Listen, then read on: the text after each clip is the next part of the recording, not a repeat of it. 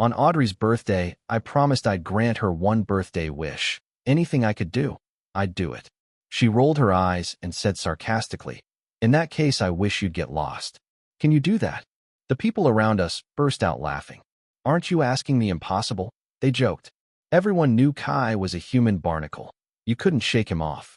He'd stick around no matter who else left. Even Audrey thought that when he finally nodded and said, "Okay," he was just messing with her, until she realized that from that day on, I really, truly never showed up in front of her again. "In that case, I wish you'd get lost. Can you do that?" After Audrey's impatient words, the quiet, private room erupted in laughter. The candles on her birthday cake were still flickering, the dancing light illuminating every face contorted in hysterics. My awkwardness and helplessness were the best fuel for the mood. Someone blurted out without a second thought, "Come on, Audrey, you're just making it hard for him. Everyone knows Kai loves following you around. He's the last person on earth who'd ever get lost, right? Give me a break. He's like gum on her shoe. She's probably sick to death of him, and he's over here talking about granting wishes." Amid the piercing laughter, Audrey's gaze remained cold as she looked at me.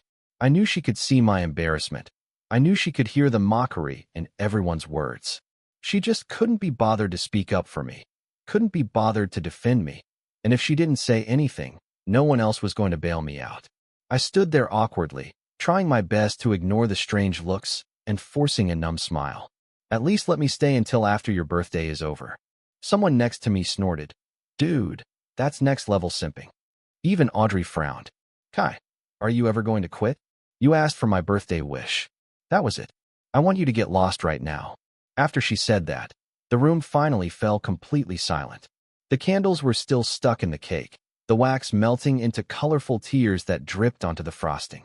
I stood there with my head down for a long moment before looking up at her seriously. "Then blow out your candles and leave after you do." Audrey probably found it funny because she actually leaned over and blew out all the candles in one breath. Then, as if to provoke me, she shot back, "Happy now?" I nodded. "Okay," I said. Then I actually stood up, put on my jacket, and walked to the door under everyone's silent stares. Before I pushed the door open to leave, I paused and looked back at Audrey, who was sitting in the center of the group. There was so much I wanted to say.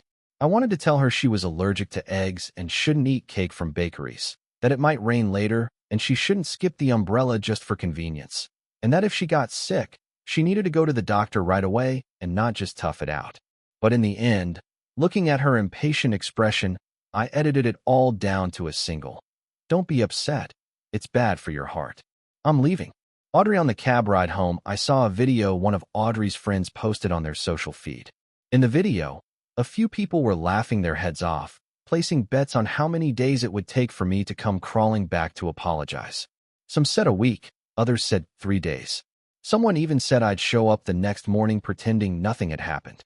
When they turned the camera on Audrey, she scowled and pushed it away, muttering, "This is so stupid." But someone else quickly asked her, "You were so harsh just now. Aren't you afraid Kai might actually not come back?" In the video, Audrey clearly froze for a second before scoffing. He wouldn't dare. The video ended with a roar of unrestrained laughter. I stared blankly at the dark screen. The driver glanced at me in the rearview mirror a few times before asking cautiously, "Fight with your girlfriend, son?" I paused for a moment. No, it wasn't a fight, and she wasn't my girlfriend. I almost laughed at myself. After nearly 10 years of being by Audrey's side, we still had no official title. On the day we parted, not quite lovers, not even friends. If you had to put a label on it, her friend's description was the most accurate, a leech you can't get rid of. For 4 years in college, I brought breakfast for her every single day because of her stomach problems, and I memorized all her strange allergies. I took care of her when she had fevers and colds, went with her to the hospital, and stayed up all night by her bedside while she was on N4 drip. Audrey had a terrible temper, and many of her friends couldn't stand it. Only I could remain completely calm after her outbursts and gently remind her, "Don't get upset. It's bad for your heart." For all these years, her friends whispered behind my back that I was a pathetic simp, a free butler. They said I deserved it when she took me for granted and ordered me around. They said she treated me terribly because I let her, and they weren't wrong. But what no one knew was that my boundless, unconditional devotion to Audrey wasn't about losing my dignity for love. I wanted her to be healthy, safe, and carefree. It was because of the heart beating inside her chest, the heart that belonged to the woman I loved. I didn't have much stuff at the apartment we shared. After packing up one box, I asked the cleaning lady to throw the rest away. Her eyes filled with pity. But these things are still perfectly good. Why don't you want them? That box was full of luxury goods, most of which were things Audrey had bought on a whim for some guy she was chasing, then casually tossed to me when he didn't want them. Some of it was compensation, like the time she suddenly craved cake in the middle of the night and I drove across half the city to buy it, only to stand outside her door all night because she was too lazy to open it. Or the time she, without any warning, gave my guaranteed spot in grad school to her new boyfriend. And times like today, when she just took her bad mood out on me and told me to get lost in front of everyone. My compensation would inevitably be a watch or a pair of cufflinks. Audrey would never say sorry, but luckily, I never expected her to. I snapped back to the present and nodded at the cleaning lady. If you want any of it, just take it. I don't need it anymore. With that, I booked the earliest flight to Atlanta. I had spent 10 years in Boston to be with Audrey, almost forgetting I was from Atlanta myself. Before leaving, I hesitated, wondering if I should block all of Audrey's contact information. In the end, I decided against it. It's not like she ever contacted me first anyway. The whole world knew how much Audrey couldn't stand me. For once, I was doing exactly what she wanted by leaving for good. She was probably thrilled. Just before the plane took off, I happened to see that Audrey, who hadn't posted in ages, had a new update on her feed. The picture was of two clasped hands with a caption written in what sounded like a young guy's playful tone. She's my responsibility now. My heart seized for a moment, but the feeling was quickly replaced by relief. This was for the best, I told myself. I had clung to Audrey's side for nearly a decade, day after day, trying to catch the reflection of the moon in the water, searching for shadows of an old love in her. But over those 10 years, we had become like two twisted trees, our roots tangled together, strangling each other. It was good to be apart. She let me go, and I let her go. It was a 10-year dream. It was time to wake up. My life back in Atlanta was not what I expected. A sudden whirlwind of work and long overdue catch-ups with family and friends kept me so busy I didn't even have time to feel sad. Audrey called a week after I got back, on the same day as my college reunion. When the name Audrey flashed on my screen, I thought I was seeing things. Assuming it was an emergency, I quickly walked a few steps away to a quiet corner and answered. But after saying hello a few times, there was only silence on the other end. In that instant, a million thoughts raced through my mind. Had something happened to her? Did she not have her medication with? Was she in an accident, hit by a car, or sick and alone? For a split second, I saw an image of Elise lying in my arms, her face covered in blood. My heart clenched so tightly I could barely breathe. My hand was shaking so much I could hardly hold the phone. My voice trembled. What's wrong, Audrey? Say something. Is anyone with you? Don't be scared. I'm calling 911. My mind went completely blank, unable to think, filled with nothing but an overwhelming sea of red. In that moment, I even started blaming myself. Why wasn't I there for her at a time like this? What if she got hurt because I left? A tidal wave of guilt, pain, and despair crashed down on me from all sides. Just as my trembling hand was about to switch screens to dial, a burst of laughter erupted from the other end of the line. Ha ha ha. I told you so. He's such a spineless simp, trying to play hard to get. Ha ha ha. Knew he was faking it. One call, and he cracks. Audrey was right all along. I stood frozen as if struck by lightning. All the sounds around me faded away. For the first time, their voices sounded so grating, so humiliating. I was still numb from the panic, and I had to lean against the wall just to stay upright. The missing part of my heart felt like it was being pierced by a howling wind. It hurt so much I couldn't breathe. Audrey's voice soon came through the phone, tinged with her familiar indifference. Kai, that's enough. Come back now, or don't bother coming back at all. Her casual tone felt like a hard slap across my face, stinging and hot. My hand holding the phone was still trembling, and the pain in my chest was so intense I could barely stand. Before this, I had never truly been angry with her. Not when her friends made fun of me, not when she publicly humiliated me. I never took it to heart. I thought it didn't matter. But in that moment, as she casually said, "That's enough," I realized how stupid I had been. Stupid enough that only now, in this very second, could I finally see it clearly. Audrey and Elise were two completely, totally different people. I could no longer convince myself to find excuses for her selfishness. I couldn't comfort myself by saying she was just immature and didn't know any better. I couldn't lie to myself and pretend I didn't care, saying, "It's okay." It wasn't okay. It was never okay.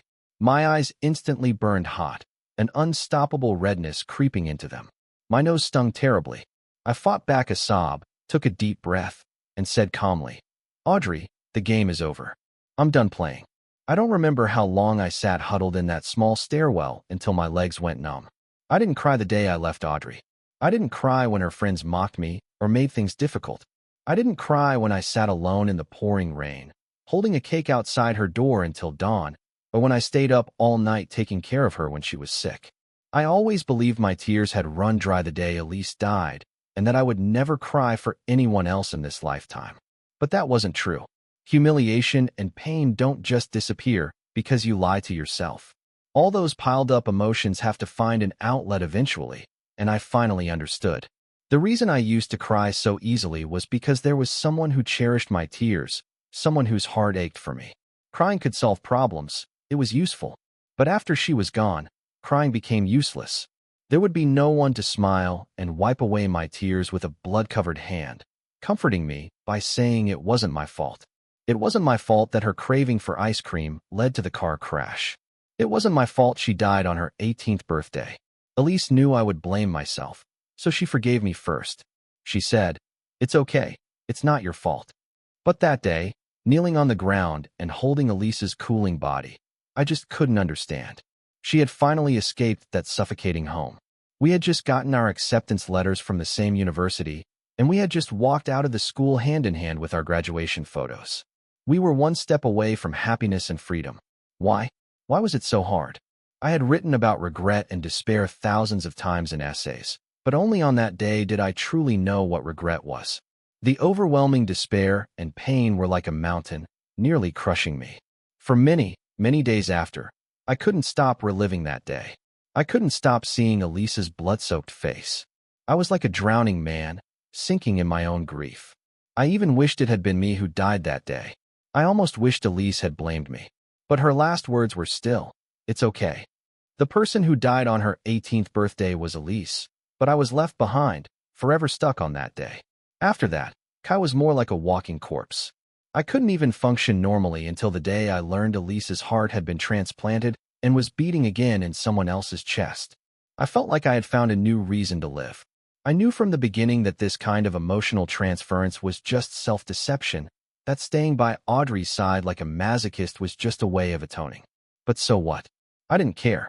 I deserved to drown with my eyes wide open. All I knew was that as long as I could see Audrey alive and well, I could trick myself into believing that she was still alive, that she would have a 19th, 20th, and 28th birthday, that she would have a new, different life where she could do whatever she wanted, and I would always be there to help her. I was willing to pay any price for it, even if it meant losing all my dignity. But was I wrong? That day I sat in the dark, cramped storage room for a long time until my eyes were dry. Finally, I took out my phone and blocked Audrey on everything. I was wrong to mistake a fleeting dream for reality. This was my punishment for letting my heart be trampled. After the call was disconnected, the private room fell silent. Audrey barely had time to process it. Kai had actually hung up on her. A few people started trying to liven things up. He's really getting full of himself. Does he actually think he can just settle down in Atlanta and never come back? I'm telling you, he's just playing hard to get, probably just waiting for Audrey to give in. Guys like him, I've seen a million of them. They just want to. Audrey had heard these kinds of comments countless times before, to her face, behind her back, in open mockery and subtle digs. Whenever Kai heard them, he would pretend he didn't. If he understood the insult, he'd pretend he didn't get it. That spineless, submissive way he accepted every humiliation was the very reason Audrey had always been a cold observer. She hated Kai's fake smiles, hated how he willingly let himself be degraded. In those moments, Audrey would always feel like Kai was atoning for his sins through her eyes, through her embrace, listening for another person's voice in her heartbeat. Audrey always had this feeling that Kai's love for her was shallow, superficial. That's why those comments never bothered her before. But in those few seconds of dead air after Kai hung up, his voice choked with emotion. Audrey suddenly felt her heart skip a few beats. This wasn't how she had planned it. She had intended to give Kai an out, a way to save face.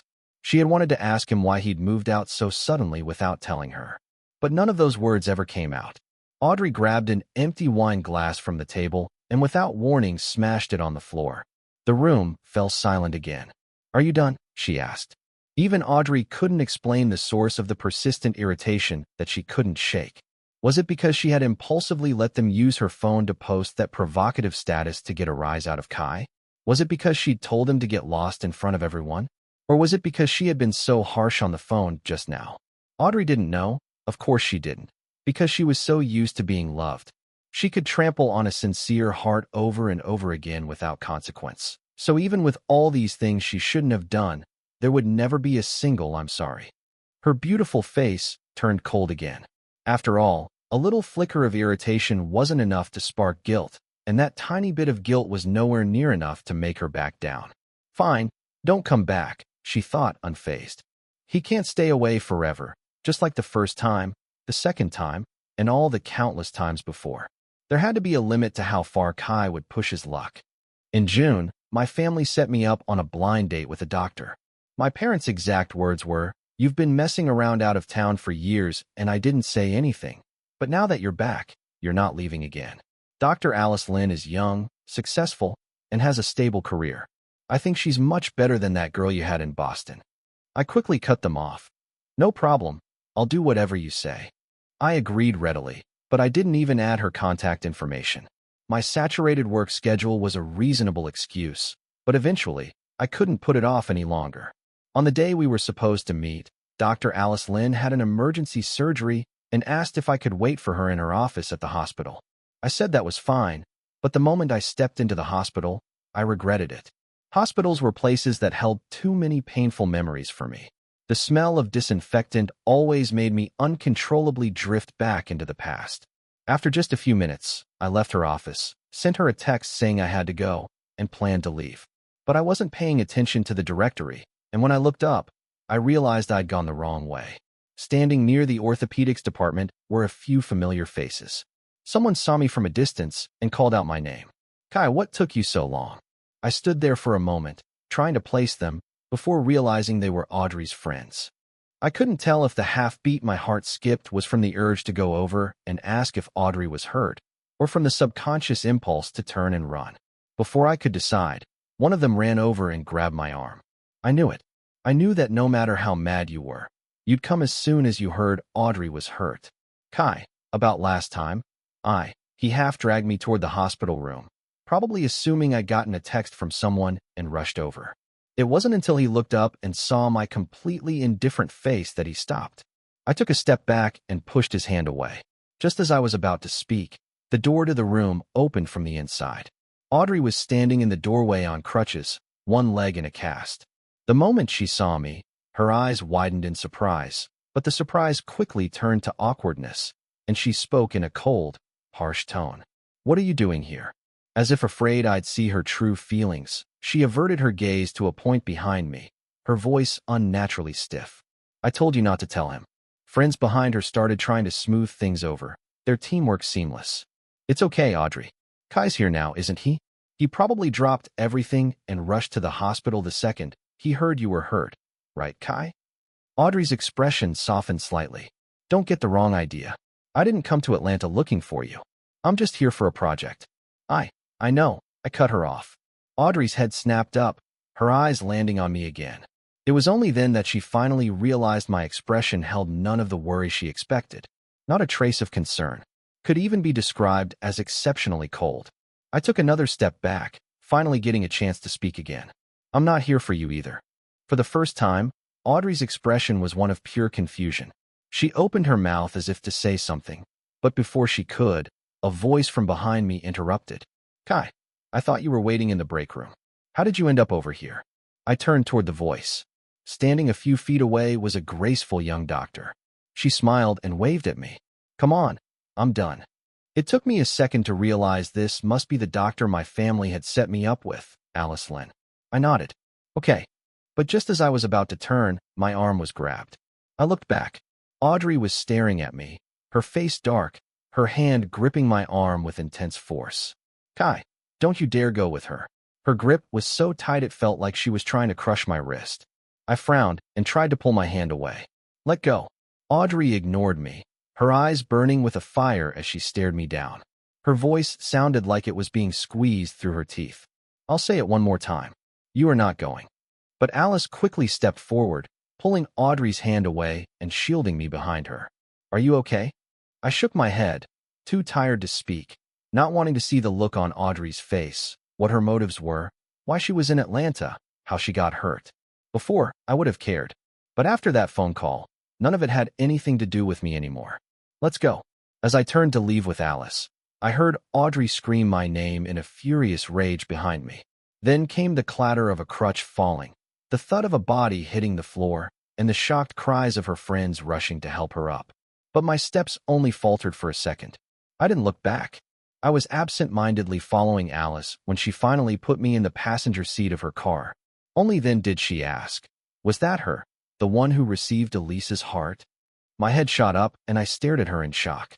But Alice's expression was one of someone who had expected this. It was only then that I realized where the sense of familiarity about Alice came from. You don't recognize me? Alice gave a self-deprecating laugh. Kai, you really have a terrible memory. With that, she turned away from me, started the car, and merged into traffic. I dug through my memories and finally the gentle, beautiful face before me merged with a younger, more innocent one from my past. You're Alice? My voice suddenly failed me. I clenched my fists and said no more. Alice was Elise's best friend in high school. Back then, our relationship could even be described as good. But after Elise died, I started deliberately avoiding everything and everyone related to my past with her. I couldn't accept that everyone else was living and moving forward while she alone was left behind. I cut off contact with many friends around that time, and Alice was one of them. In the past 10 years, while Elise remained vivid in my memory, everyone else had been covered in a layer of dust. So much so that when my family mentioned her name, I didn't recognize it at all. How did you know about the heart? I asked, turning to look at Alice's profile. 10 years had passed, and she was very different from the person in my memory. Most of my fragmented memories of Alice also included Elise by her side. Seeing her, I couldn't help but wonder. If Elise were still alive, would she have become an outstanding doctor too? I must have been staring for too long because Alice turned her head and caught me looking. I felt a flush of embarrassment. Where do you think you got the donor's information from all those years ago? I asked, almost instinctively. It was you. She didn't turn back or look at me, her tone slightly mocking. If I had known back then that one sentence would trap your life in place, I probably. Alice stopped mid-sentence and laughed again. I probably still would have told you, Kai. I never meant for you to get stuck in Boston for 10 years when I told you the news. I was just hoping you could look forward. Wounds heal, but scars don't disappear. I knew you needed a reason to live, but I still feel I'm sorry. After Alice's confession, I was suddenly at a loss for words. After a long silence, I spoke softly. It's not your fault. She had only told me the news. I was the one who decided to atone for it through self-deception. I was the one who willingly degraded myself, hiding by Audrey's side for 10 years, too afraid to face reality. Suddenly, it all felt so absurdly ironic. Alice had secretly told me that Elise's heart would continue to beat in someone else's body so that I could move on. But I used that news to lie to myself for another 10 years. Only now could I say with confidence that I had accepted Elise's death. Kai, if Elise were still alive, she probably wouldn't want you to be like this. The car finally stopped in front of a restaurant. She turned her head and smiled at me. I know it. She never would have blamed you, so stop atoning. You have nothing to be guilty of. Alice turned out to be a pretty funny and interesting person. If she hadn't brought it up herself, I would have had a hard time connecting her to the Alice from my memories. When she dropped me off at my apartment building, she produced a gift from somewhere and handed it to me. Seeing my flustered expression, she explained perfectly, "Don't read too much into it." Her tactfulness left me no room to refuse. After saying goodbye, I was walking toward my building with the flowers when I saw someone who shouldn't have been there, Audrey. After our hurried encounter that afternoon, I could now see, as she leaned against her car, that she had indeed lost weight. Audrey had a sensitive stomach and a long list of allergies, so there wasn't much she could eat when dining out. For all 4 years of college, I made her breakfast. Even so, she had been hospitalized more than once for sudden allergic reactions. It wasn't easy to help Audrey gain weight, but it was very easy for her to become as thin as a rail. I couldn't say for sure if seeing her now, standing before me so undignified on her crutches, brought me more vindictive pleasure or sadness that she was doing so poorly. Kai, you two went on a date? Audrey's face was dark as she stared at the gift in my hands. I had no intention of explaining anything to her. There was no need. My relationship with Alice now and what it might become in the future was none of her business. I took a deep breath and pulled out my phone, opening the dialer. Is someone here with you? If you don't have anything else, then? Audrey suddenly seemed to panic. You didn't answer me. Were you on a date with her, Kai? Why won't you come back to Boston? You left without a word and you won't answer my calls. Kai, don't you know? She seemed to have forgotten her injury as she took a step forward. She lost her balance and fell to the ground. I almost instinctively rushed forward to help her up, but I stopped myself right in front of her. We had nothing to do with each other anymore. Her not eating, her broken leg, none of it was my problem anymore. So, in the end, I just walked around her, past her without stopping, and went into the apartment building. Kai. Audrey was on the ground, clutching her injured leg, watching my retreating back in humiliation. She called my name again. Kai. Maybe it was my imagination, but in the second the door closed, I thought I heard her complain through a sob. It hurts. After that day, I had prepared myself to be pestered by Audrey. I knew her well enough, after all. When she got an idea in her head, there was no telling what strange things she might do. Even if a dog you'd had for 10 years ran away, you'd probably be sad for a while, let alone a person who had taken care of you for a decade. It wouldn't be surprising if she mistook this sense of loss for liking or even love. People have that flaw. You don't know what you've got till it's gone.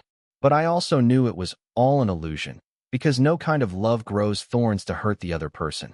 I had given love and I had received love. I knew that wasn't what it looked like. Audrey didn't love me. She just couldn't stand losing. So it would be normal for her to act on a whim and harass me. But to my surprise, for a long time after that day, she didn't come looking for me. My life returned to normal. I started, as Alice had said, a new life, and it turned out not to be as hard as I had imagined. I visited Elisa's grave and found that I was no longer afraid to see the gray and white photo on the tombstone. When I passed by that familiar street corner, I no longer froze in fear. I started seeing old friends, talking about the past, and speaking of it all with a sense of calm. Atlanta, which had been frozen in my memory for 10 years, began to thaw. I found that I was starting to be less afraid of walking forward alone. But just when I thought I could really start over, right before fall truly set in, Audrey returned. And I finally found out what she had been doing during the months she was gone. She had moved her entire career focus to Atlanta, even renting an apartment right across from mine. Unlike the impulsive Audrey whom I had expected, Audrey's actions suggested she was planning to settle down in Atlanta for good. What felt even more wrong was how her attitude toward me had completely changed. Flowers left at my door every morning, breakfast handed to me by someone who had clearly been waiting outside for who knows how long, her shameless insistence on driving me to and from work. All of this I could just about manage to ignore. But when she appeared in my company's conference room as a client, specifically requesting to work with me, I could no longer continue to give her the cold shoulder. I sighed, sat down across from her, and closed my folder. What do you really want, Audrey? Audrey dodged the question. I think this project has a lot of potential. I chose to partner with you because you. That's not what I'm talking about, Audrey. You send me flowers, bring me breakfast, rent an apartment across from mine, and follow me to Atlanta. Don't tell me this is all for work. I looked at Audrey with a mocking expression. I knew that even if I spelled it out like this, she wouldn't take the initiative to apologize or admit she liked me. That's just who Audrey was. She cared too much about her pride, especially with me. No. She looked at me as if finally mustering the courage to speak again. Kai, I'm here for you. When she said those words so earnestly, it was so absurd and ridiculous, it was almost funny. Truly, we had been together for 8, if not 10, years. During that time, My devotion to her wasn't total, but it was close to everything I had. I admit, I was good to her because of the transplanted heart, but all those days we spent together were real. Not once did Audrey ever give a positive response to my care or kindness. I know I brought this on myself. I deserved it. Now that I've stopped being a pathetic simp trying to please her, shouldn't she just stay put in Boston? Why? Why did she have to come find me? Wasn't she done playing games, or was this some new trick? Audrey, do you even know what you're saying? When I asked, she actually nodded with a serious expression. I know you're resentful about what happened before. I can apologize. I'm atoning for what I did wrong. I hope you can forgive me. Her expression softened as she continued. I wasn't the one who posted that thing you saw on social media the day you left Boston. I didn't think you'd actually leave, Kai. I never wanted you to really leave me. I know I was wrong. Will you forgive me? I always knew Audrey was a smart person. She knew how to use her assets to make people soften. Finally, she was using that tactic on me. But as I looked at her, pleading pitifully, I felt absolutely nothing. In that moment, I suddenly felt there was no need to keep it a secret anymore. Whatever I might have owed Audrey in the past, I had long since paid it back. We were even now. Audrey, you had a heart transplant, didn't you? As I calmly laid everything out, Audrey's face went pale. She who was always so nonchalant and carefree was rarely at such a loss, so utterly mortified. I don't believe you. You're lying to me. Audrey shook her head, her eyes cast down, refusing to look at me. You're just mad at me, so you're making things up to hurt me. I ignored her evasion and continued to open my own wounds. You had a heart transplant in the summer you turned 18. All you know is that the donor died on the scene in a car accident and was declared brain dead. Her name was Elise. She was 18, too. Audrey, you know whether I'm lying or not. She finally fell completely silent. I knew she believed me. After a long pause, Audrey spoke again, her voice low. So you were good to me. You took care of me. It was never because you liked me, was it? She suddenly looked up, her eyes red as she stared into mine. I didn't avoid her gaze. I just nodded. Yes, I said. After those two words, Audrey's tears suddenly started to fall. I had never seen her cry before. This was the first time. She whispered her accusation, her voice trembling, her tears silent. Liar, Kai, you're a liar. The tears kept streaming down her face, stripping the words of any threat. But how could you use me as a replacement for someone else? How could you just walk away after I started to like you? It's not fair. It was another one of Audrey's tyrannical decrees, a rule that only the old, unconditionally obedient Kai would have followed. But the Kai sitting across from her now, the one who could watch her cry without feeling a single pang of heartache, would only say to her, please don't bother me again. If you're here, I can't move on. I looked seriously at Audrey's confused, hurt face. I knew it would probably take her a long time to accept that the last 10 years had been a lie, but as the one who benefited from it, she had no standing to say anything more. Audrey, let's just leave it at this. We're even. You don't belong in Atlanta, and neither do I. After that day, I really never saw Audrey again. The client for the company project paid a hefty penalty to break the contract. The apartment across the street was, as expected, empty. No one showed up at my door at the same time every day with a new bouquet of flowers and a hot breakfast. But I decided to move anyway. Alice came to help me on moving day. As the movers drove away, she magically produced another gift from her passenger seat.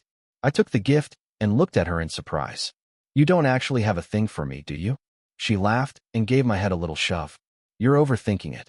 Seeing my relief, she asked suspiciously, what's that supposed to mean? Am I that bad? I waved my hands. Of course not. It's just that. As I looked up at the bright sun, a late autumn wind carried a slight chill. I instinctively pulled my neck back into my fluffy coat. I told her, it's just that I think I'm fine on my own. I declined her offer to drive me to my new place and turned, walking forward at my own pace. The sun was bright, the air crisp and clear. I used to always be afraid of being alone, afraid of being abandoned, afraid of loneliness. But after all that fear, I realized there was nothing to be afraid of.